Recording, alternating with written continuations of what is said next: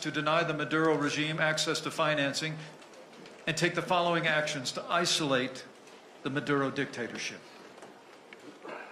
First, we call on all Lima Group nations to immediately freeze the assets of PDVSA. Second, we urge you to transfer ownership of Venezuelan assets in your country from the Maduro's henchmen to President Guaido's government, and to do so immediately.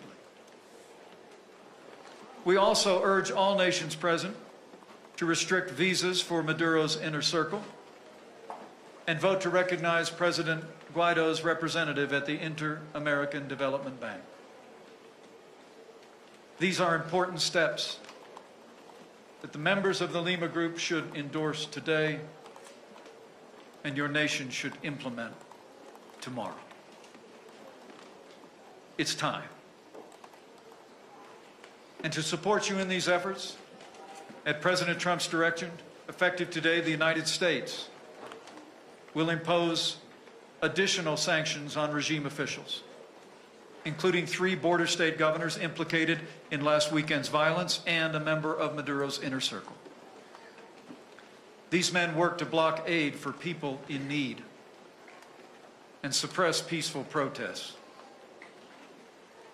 while their tyrant danced in Caracas. Their actions will not go unpunished. In the days ahead as well, the United States will announce even stronger sanctions on the regime's corrupt financial networks. We will work with all of you to find every last dollar that they've stolen and work to return it to the Venezuelan people.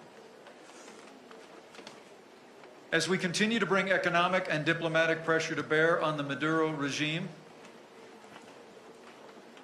we hope for a peaceful transition to democracy.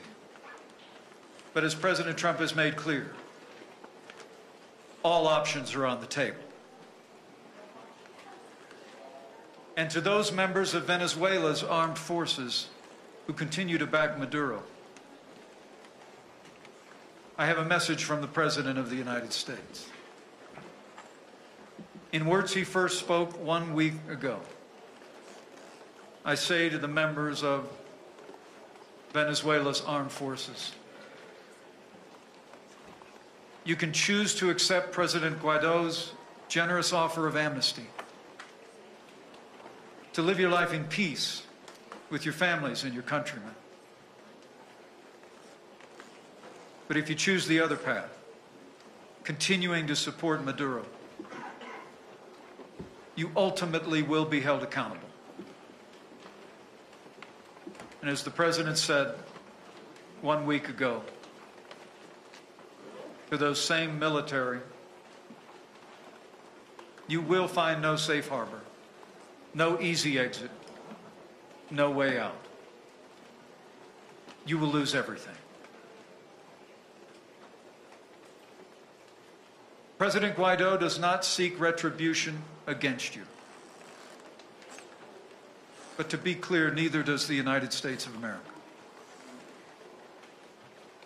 To all of those in the armed forces of Venezuela today, we say, if you take up the banner of democracy, President Guaido's government and the United States government will welcome your support and grant relief from the sanctions that have been placed. Now, we know that what's holding many of you back is not loyalty to Maduro, but fear. Fear for your families, whom Cuban-trained secret police have kept under constant surveillance. But the truth is, after years of oppression and poverty, after this weekend's unspeakable brutality, Maduro's regime grows weaker by the day. So again, to those members of the Venezuelan armed forces, for yourselves, for your families, for your country, we say, make the right choice. Accept President Guaido's sincere offer of amnesty and an inclusive transition to democracy. As President Trump said last week, now is the time for all Venezuelan patriots to act together as one united people. And so it is. And to the leaders around the world, we also say, it's time. There can be no bystanders in Venezuela's struggle for freedom. The United States calls on every freedom-loving nation in this hemisphere, including Mexico, Uruguay, and the nations of the Eastern Caribbean, to join with us in recognizing interim President Juan Guaido and his government.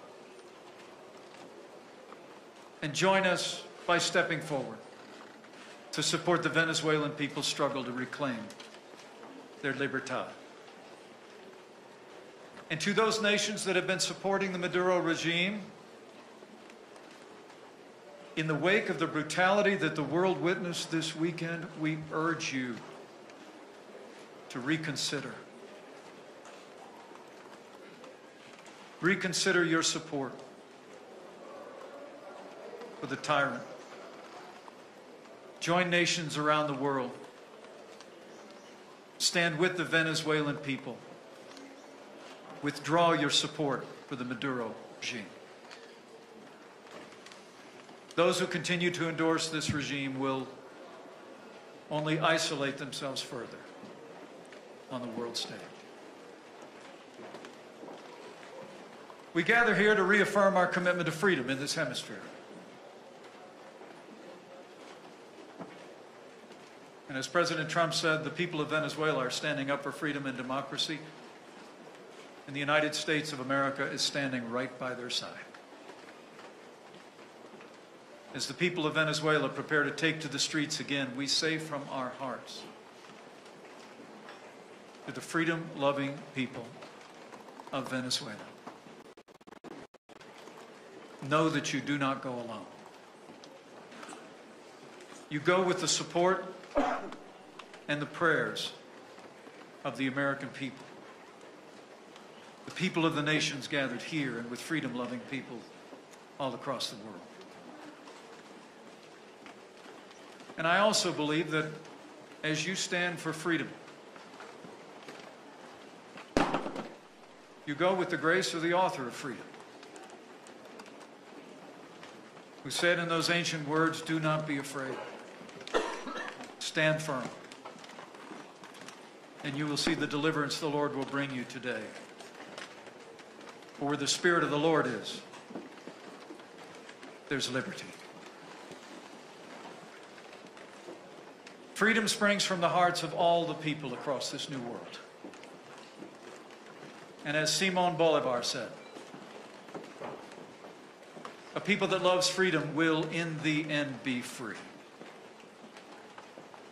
And with faith in that great promise, and in all who have joined us in the cause of freedom in Venezuela, faith in the resolve of our president and the American people, and faith in the courage and strength of the Venezuelan people and those who have stepped forward for her freedom, I believe with all my heart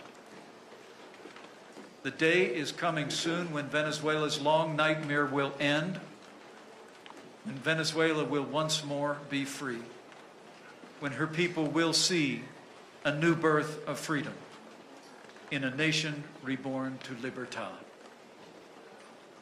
To the good people of Venezuela, seek your freedom. We will go with you. You go with God. Vayan con Dios.